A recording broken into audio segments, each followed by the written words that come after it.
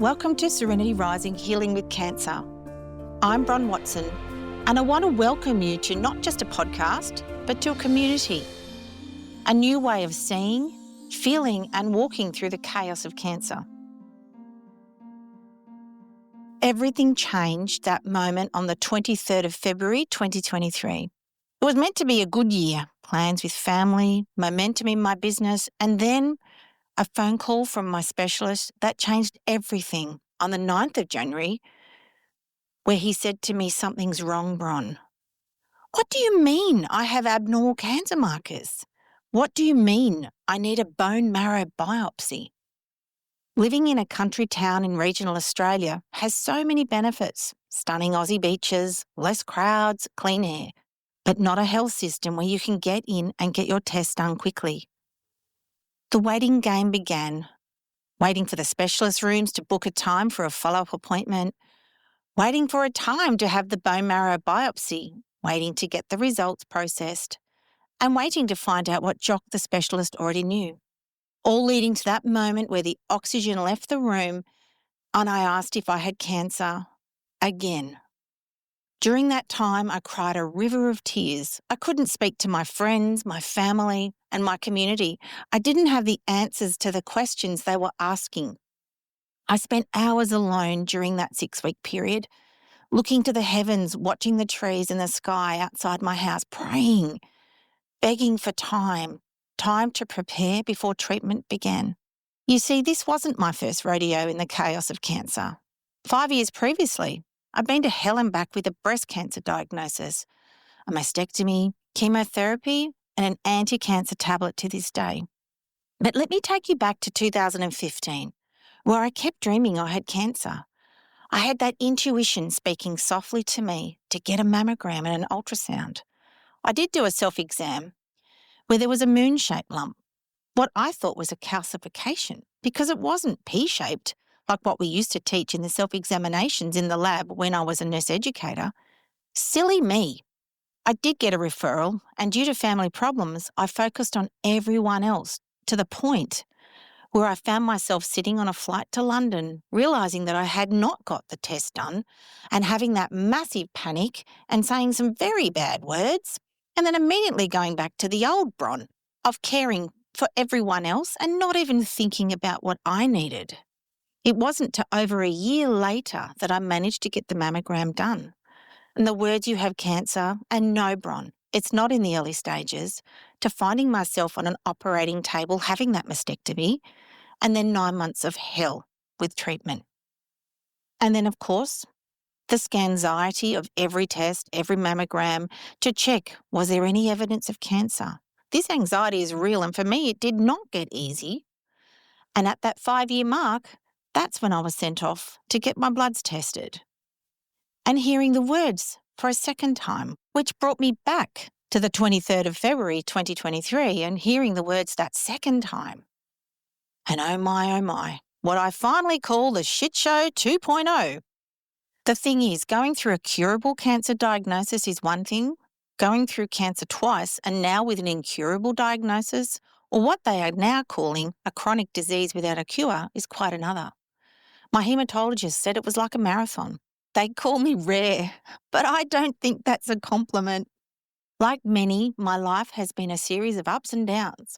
I'm married to the most amazing man, Paul, and we have 5 beautiful sons, 2 fur babies, and we live in regional New South Wales, Australia.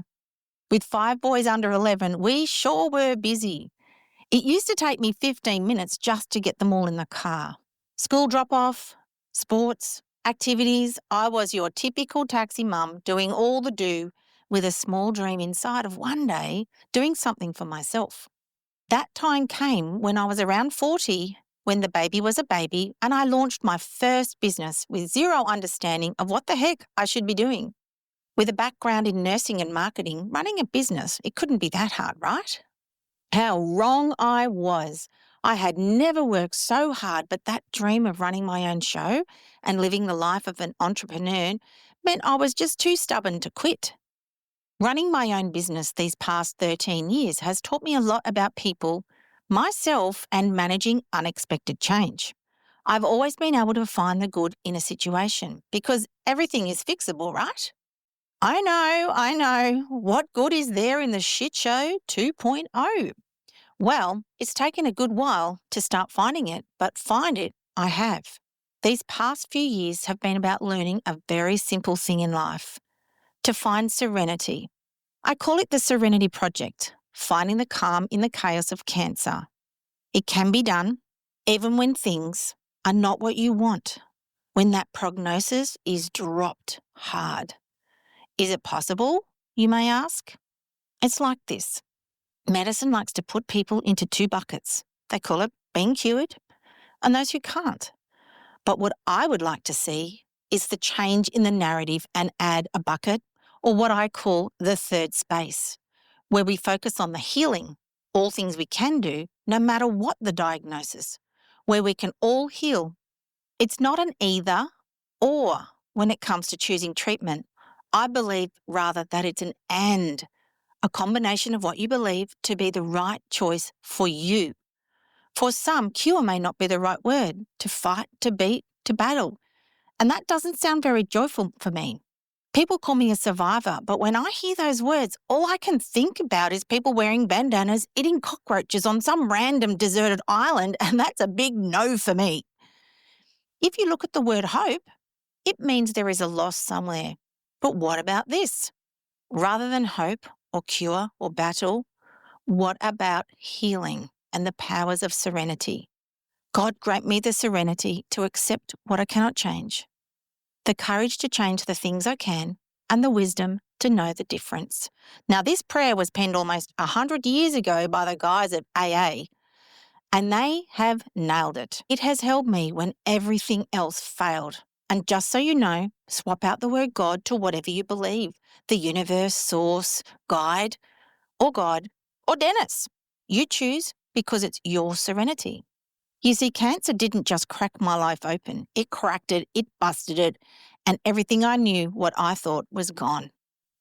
Back in 2017, when I was first diagnosed with breast cancer, I believed if I did everything right, ate the kale, meditated, journaled at 5 a.m., I could control the outcome. I filled my days with doing. But this time, I realised something different. When all I had left was me and this broken body of mine. Because healing isn't about doing, it's about being. Cancer is chaotic, it's messy, it changes when you least expect it, and that vortex of fear is a real thing. You get sucked in before you even realise what's going on. Ever think about this one? Think of it like having a fishbowl filled with muddy water. The more you stir it, the muddier it gets. There has to be a goldfish in there somewhere, but you can't see it. The more you move things around looking for it, it gets worse. How about if we let the water sit in the bowl and just let it be? Watch the sediment sink to the bottom. The water will clear and you will see the goldfish. You will see what's going on. The Serenity Project is just like that. The more I frantically looked around asking questions, or worse, went to Dr. Google. Now, please do not Google multiple myeloma. It is not nice reading. When I remembered to sit, to be calm, to let things be, aka let that dirty sediment sink to the bottom, the more space I have to see what I can change, what I can't, and to find wisdom. So why Serenity Uprising? Why now? Because I know what it feels like to be in the chaos, to Google late at night and find only the vortex of fear and not telling a soul of what I'm reading or feeling, to feel both hyper-aware and completely numb at the same time, and to ask, what now?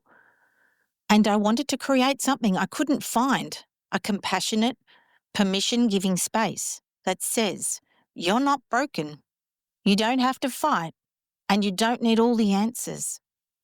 As my very dear friend Kerry says, you know you will. You just don't know how.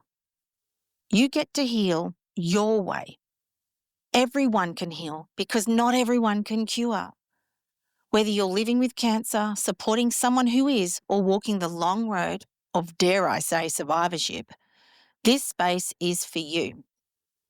So let's talk about something we don't always say out loud, There will be days when motivation simply doesn't show up, where serenity is the last thing you want to think about. And that's not a flaw in you. It's not a failure. It's completely normal, especially when you're navigating a healing journey. You see, motivation is often attached to a single goal. Now, let me share a story with you. Back in 2013, I had a bucket list to run a half marathon. Sounds ambitious? You're right. But here's the truth. I had never run a day in my life. I was the mum who sprinted in school carnivals but avoided anything longer than 100 metres.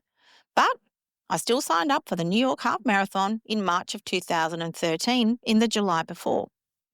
I had no idea how I was going to pay for it or even get there. But something in me knew I had to try. I found a coach and I started running, get this, 2 minutes at a time. Then I walked for 2 minutes, then 3, then 4. Eventually I could run for 6 or 7 minutes without stopping. Now that was 1 kilometre for me.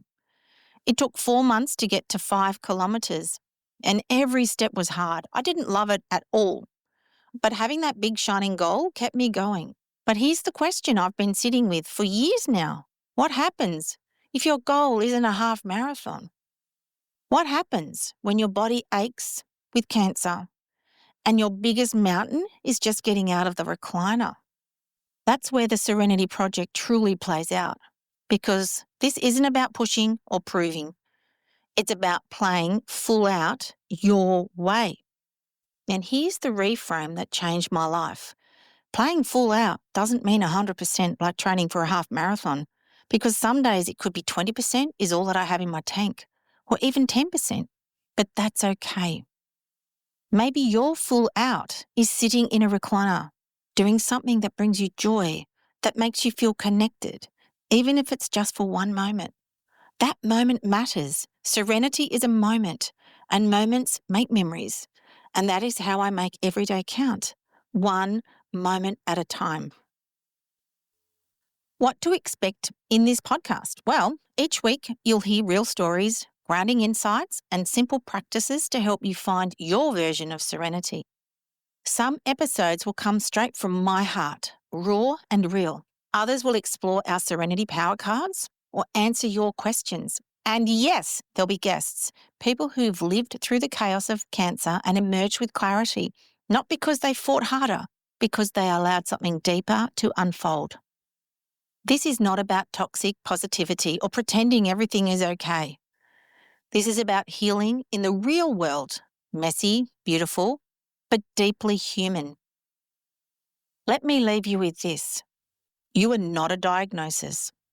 You are not a prognosis, and you are not the fear that tries to define your days. The Serenity Project isn't about rainbows and lollipops or being a Pollyanna.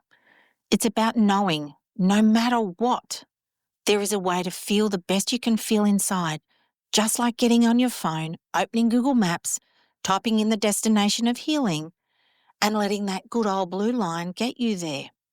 There are roadblocks, aka the times that things don't go your way or you get a result that you don't want. But just like a roadblock on your GPS, Serenity allows the recalibration. It'll find another way.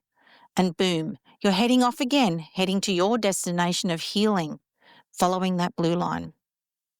Now, the great thing about finding your GPS of healing is that not every Google map is the same. We all get to our destinations because yours is going to be different to mine.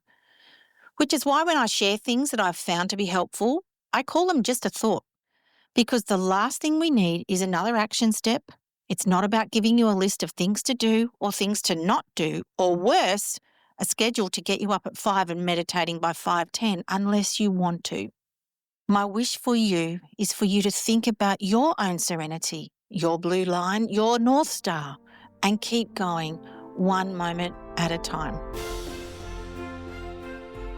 Thank you so much for joining me today. It's been great having you here. And what I would love you to do is leave a comment or ask a question using my fan link below this episode and on every episode that we post.